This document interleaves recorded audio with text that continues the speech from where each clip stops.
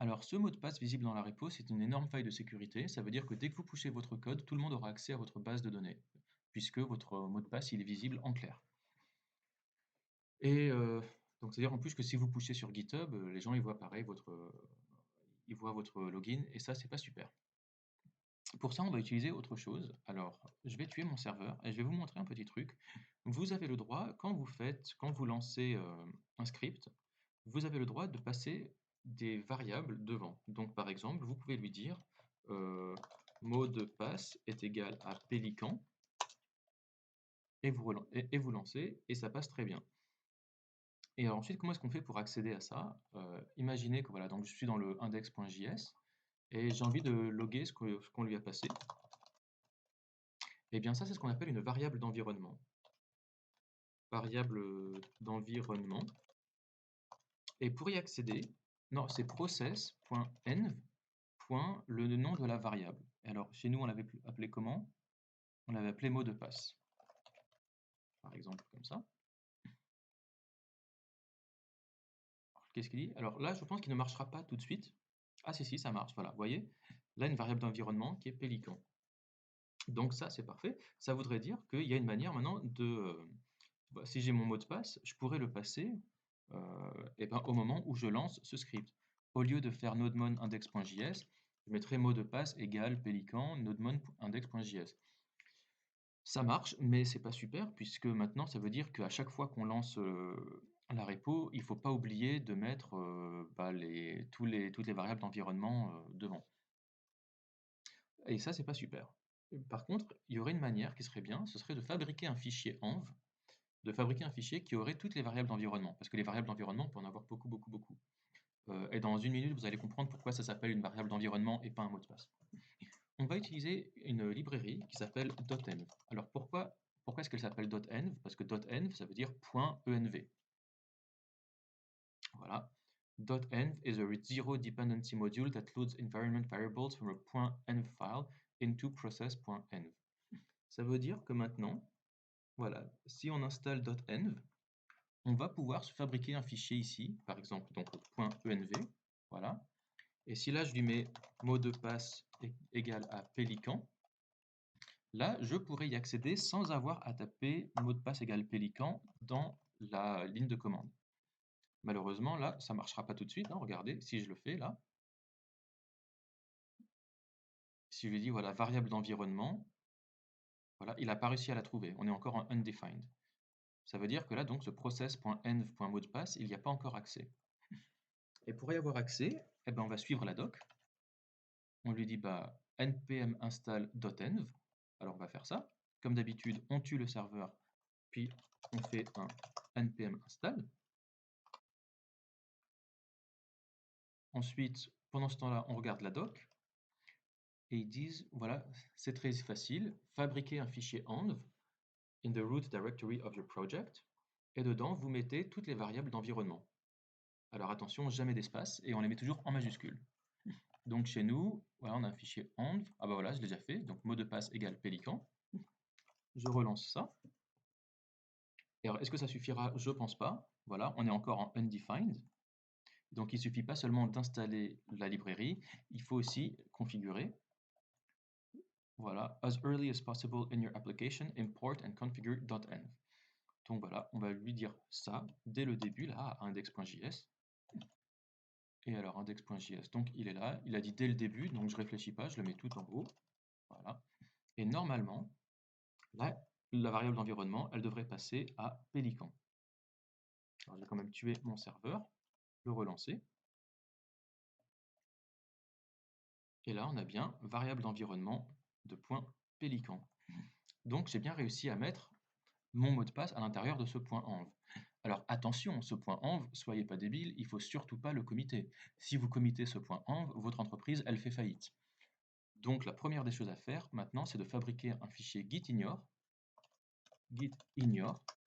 Attention à l'orthographe, si vous l'écrivez bien, il y aura ce petit logo git qui apparaîtra. Et tout de suite, on va lui dire, git, surtout, tu ne regardes pas ce point env, tu ne l'uploades pas, tu ne le commites pas, tu ne fais rien du tout avec. Et tant qu'on y est, on va aussi lui dire d'ignorer les nodes modules, puisque ces dépendances-là, on peut toujours les retélécharger en faisant npm install. Donc regardez, imaginez que j'enlève ce point env là et que je lui fais un guide status. Vous voyez, il me dit, vous voyez, il me dit, il y a un point env, j'ai vu qu'il y avait un point env que tu as fabriqué. Et je vais lui dire non, non, non, je lui remets le point env dans le git ignore.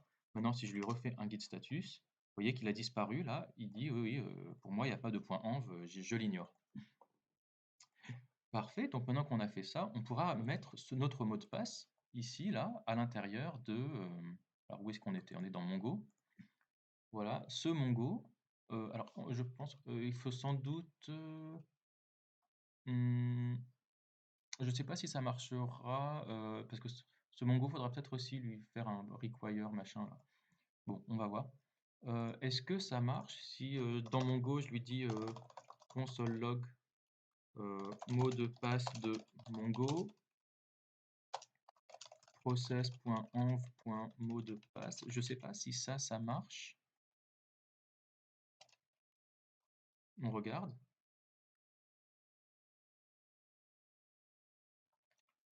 Voilà, ah bah, mot de passe de Mongo, Pélican. Non, ok, donc lui, ok, ça marche aussi. Parfait. Donc maintenant, ce password là, eh bien, je vais le mettre dans mon point env, voilà, à la place de Pélican. Et puis mot de passe, c'est pas super, on va plutôt l'appeler db underscore password.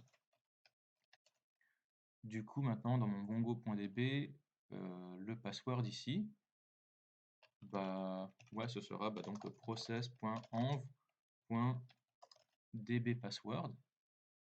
Voilà. Et normalement, il devrait toujours réussir à se loguer. Voilà, connected to Mongo. Là, il est bien. Je vais aussi en profiter pour faire pareil avec Bemrej. Donc ça, pareil, on va appeler ça const username est égal à process.env.dbuser. Et puis ce dbuser là, pareil, on va lui dire que ce sera Bemrej, parce que ça aussi c'est une information un peu confidentielle. Voilà, dbuser Bemrej. Puis dans Mongo, pareil, on va lui dire prends ce username. Alors on n'oublie pas le string interpolation. Voilà. Ce nom de base de données aussi, on pourrait aussi peut-être passer ça dans une variable d'environnement. Alors pourquoi est-ce qu'on placerait ça dans une variable d'environnement? Pourquoi est-ce que c'est utile?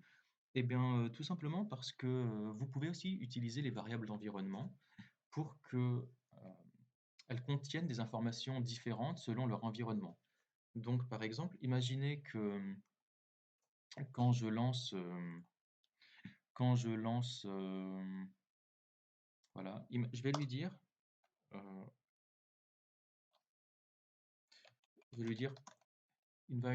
environment est égal à production. Et regardez, maintenant, je peux lui dire à MongoDB, je peux lui dire, eh ben, if process.env. Ah ouais, non, on va plutôt l'appeler node.env, pardon, excusez-moi. On va l'appeler node.env. Oh non, ouais, node.env, ouais. Comme ça, vous aurez l'habitude. On va lui dire if process.node.env est égal à production. Alors, on pourrait lui dire, eh bien, vous voyez, notre URI là, donc, on pourrait très bien dire let URI est égal à http de point la vraie URL de Mongo. Et puis on pourrait aussi lui dire else, sinon eh ben, on lui dit let URI est égal à le Mongo de dev. Alors pourquoi c'est... Si on veut bien faire les choses, je vais mettre let URI ici. Voilà. Ça, attendez, je vais... hop, on va commenter ça, c'est juste pour que vous voyez. Hop, pareil, lui aussi, je vais le commenter. Hop. Et alors, du coup, de cette manière-là, je pourrais lui dire, selon si on est en production ou pas, notre repo, elle peut aller taper une URL ou bien une autre. Et ensuite, quand vous déployez votre repo, vous pouvez aussi changer le point en, vous pouvez même directement sur le serveur qui fait tourner votre application, changer des variables d'environnement. Et donc, regarde, par exemple, si je mets ici, je mets console log URI. Donc là, on va dire qu'on est en production. Et donc, si je lui dis console log URI, voilà, il me met voilà, la vraie URL de Mongo. Et par contre, si je mets rien du tout, et que je relance le serveur, là maintenant, l'URI, ce sera l'URL de Mongo de dev. Voilà, la Mongo de dev. Alors ça, c'est très utile parce que ça vous permet de ne pas travailler sur des bases de données qui sont les bases de données de production. De cette manière, vous pouvez faire tous vos tests sur des bases de données de développement ou de staging sans avoir à taper une mauvaise base de données. Donc c'est pour ça qu'on appelle ça des variables d'environnement, parce que ce sont des variables qui changent selon leur environnement. Donc on va retirer tout ça, on va remettre tout comme c'était avant. Voilà. Et on va tout décommenter comme ça. Et je me semble qu'on est bien. Alors on pourrait du coup, ça aussi, là, my first database, on pourrait aussi mettre ça dans une variable d'environnement. On va appeler ça db underscore name égale I my first database. Et puis là, du coup, bah, je mettrai, hop, alors il faudrait peut-être qu'on l'appelle quelque chose. Là, on va lui dire const db est égal à process.env.db name.